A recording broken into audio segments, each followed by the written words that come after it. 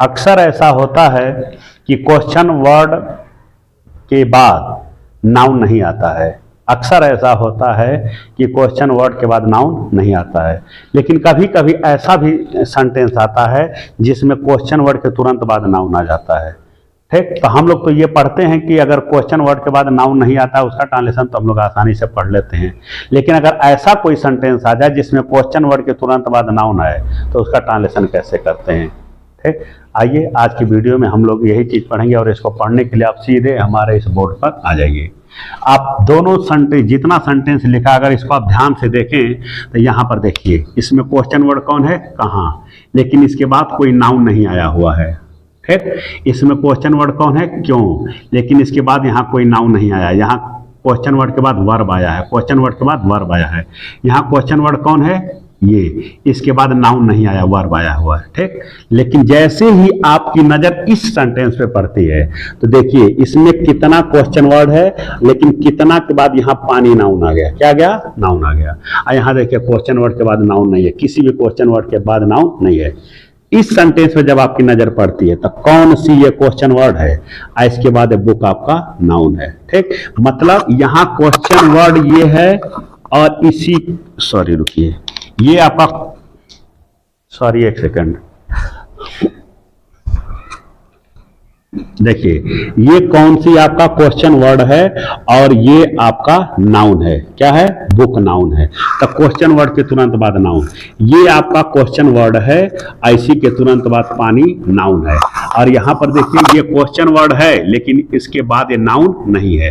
ये question word है लेकिन इसके बाद नाउन नहीं, ये क्वेश्चन वर्ड है लेकिन इसके बाद नाउन नहीं है। ठीक, तो अक्सर हम लोगों को ऐसा ही सेंटेंस मिलता है ट्रांसलेट करने के लिए, इस टाइप का बहुत कम मिलता है। अब मान लीजिए इसको हमको ट्रांसलेट में करना हो, ऐसा सेंटेंस आ जाए जिसमें क्वेश्चन वर्ड के तुरंत बाद कोई नाउन आ गया, तो उसको हम लोग इंग्लिश में ट्रांसलेट कैसे करेंगे। तो देखिए उसके लिए, देखिए पहले देखिए यहां पर देखिए ये कौन सा टेंस है, पहले देखिए कौन सा टेंस है। ये लास्ट में क्या लिखा है, रहा है, कौन सा टेंस हो गया, प्रेजेंट कंटीन्यूअस। और सेंटेंस कौन सा है, इंट्रोगेटिव। प्रेजेंट कंटीन्यूअस टेंस और इंट्रोगेटिव सेंटेंस।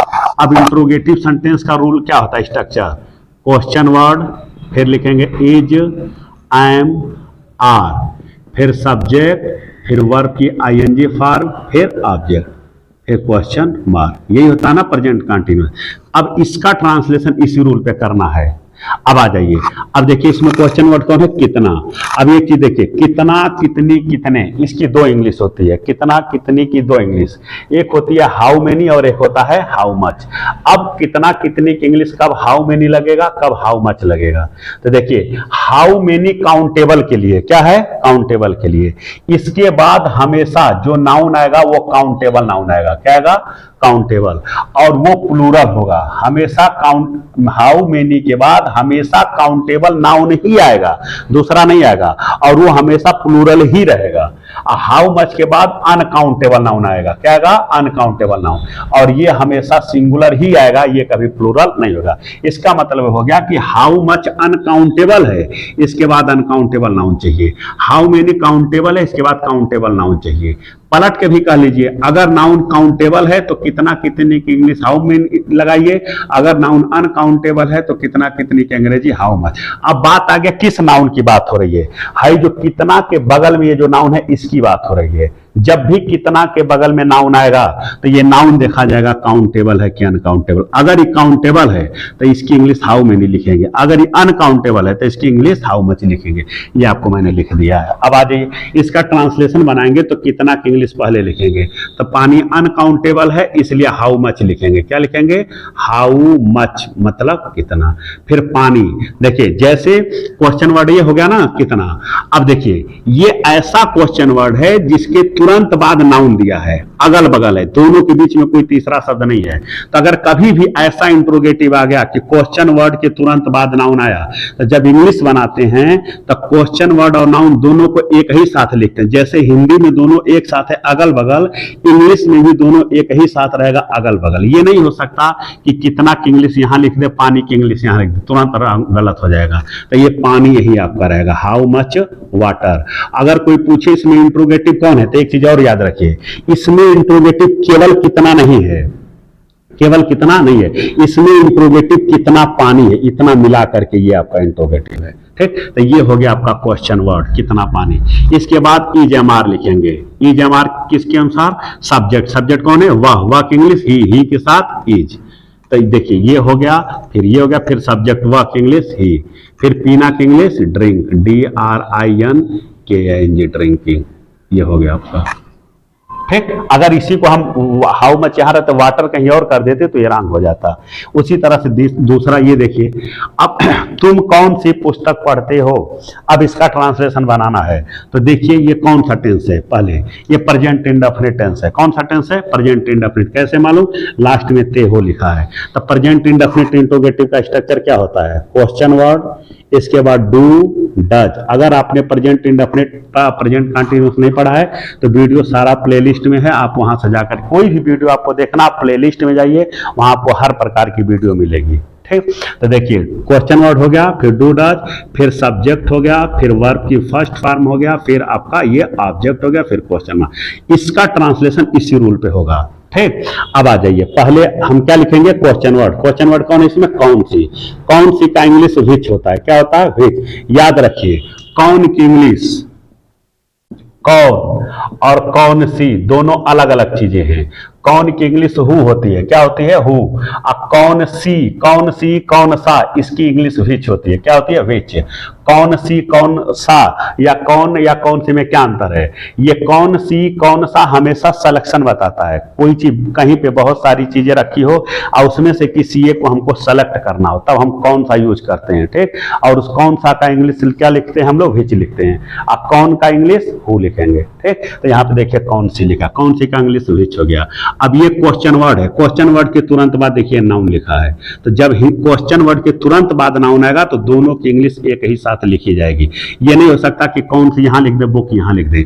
अब आपका क्वेश्चन वर्ड ये हो गया, कौन सी पुस्तक। क्वेश्चन वर्ड के बाद क्या लिखेंगे? Do does. डू डज किसके अकॉर्डिंग? सब्जेक्ट। सब्जेक्ट कौन है? तुम। तुम की इंग्लिश क्या होगी? यू। आयु के साथ लगाएंगे डू। तो देखिए ये हो गया, फिर ये हो गया, फिर सब्जेक्ट, फिर वर्ब की फर्स्ट वर्ब कौन है? पढ़ना। पढ़ना की इंग्लिश रीड, फिर क्वेश्चन मार्क। ये हो गया।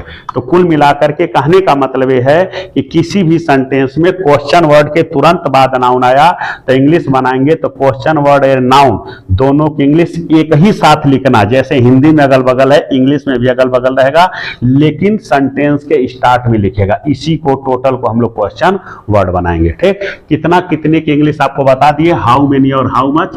कौन की इंग्लिश हु और कौन सी का इंग्लिश विच। ये सजीव निर्जीव सबके लिए। कौन सी पेन? विच।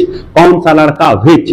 माने कौन सी पेन? विच पेन। कौन सा लड़का? विच बॉय। कौन सी लड़की? विच गर्ल। कौन सी साइकिल? विच साइकिल। ये सबके लिए लगता है। उसी तरह से देखिए किसे और किसको, किसे और किसको, इसकी इंग्लिश के लिए हम लोग हुम का प्रयोग करेंगे। किसका? हुम का। देखिए इसी हु से हुम बना हुआ है। हु आपका सब्जेक्टिव केस में है। किस केस में है? सब्जेक्टिव। हु के बाद हमेशा वर्ब आएगा। कोई भी टेंस लिखेंगे हु के बाद हमेशा वर्ब आएगा, ये सब्जेक्ट होता है। आईसी हु से बना है हुम। हुम आपका ऑब्जेक्टिव केस में। किस केस में? ऑब्जेक्टिव। इसके बाद वर्ब नहीं आएगा, इसके बाद वर्ब नहीं आएगा। ठीक, एक होता है किसका किसकी, किस का किसकी, किसका किसकी। ठीक, किसके, सबकी इंग्लिश हुज होती है। क्या होती है? हुज। ठीक, अब देखिए इसी हु से बना है हुम, इसी हु से बना है हुज। हु सब्जेक्टिव केस में है, इसके बाद वर्ब आएगा। हुम ऑब्जेक्टिव केस में, इसके बाद वर्ब नहीं आता है, कोई दूसरा सब्जेक्ट आएगा फिर वर्ब आएगा। हुज आपका पजेसिव केस में, इसी हु का ये पजेसिव है। हुज के बाद हमेशा नाउन आएगा। क्या आएगा? नाउन आएगा। ये आपका पजेसिव केस में है। ये आपका हो गया इंट्रोगेटिव सेंटेंस के कुछ इंपॉर्टेंट रूल हो गए। ठीक, इसके बाद भी अगर आपको चैनल पसंद आया, अगर इसकी पढ़ाई पसंद आई तो आप इस चैनल को चाहे तो शेयर करिए, चाहे तो इसको सब्सक्राइब भी कर लीजिए। अगर आपको पसंद आता है तो, अगर आपको लगता है कि नहीं पसंद आया तो फिर आपकी इच्छा पर है। ठीक, आप हमारा सहयोग करिए, हम आपका सहयोग करते हैं। हम आपको प्रतिदिन कुछ न कुछ नए नए नॉलेज लाते जाएंगे और आप हमारे सब्सक्रिप्शन को बढ़ाते जाइए। नेक्स्ट वीडियो में फिर मिलेंगे किसी अच्छे से टॉपिक के साथ। तब तक के लिए थैंक्स।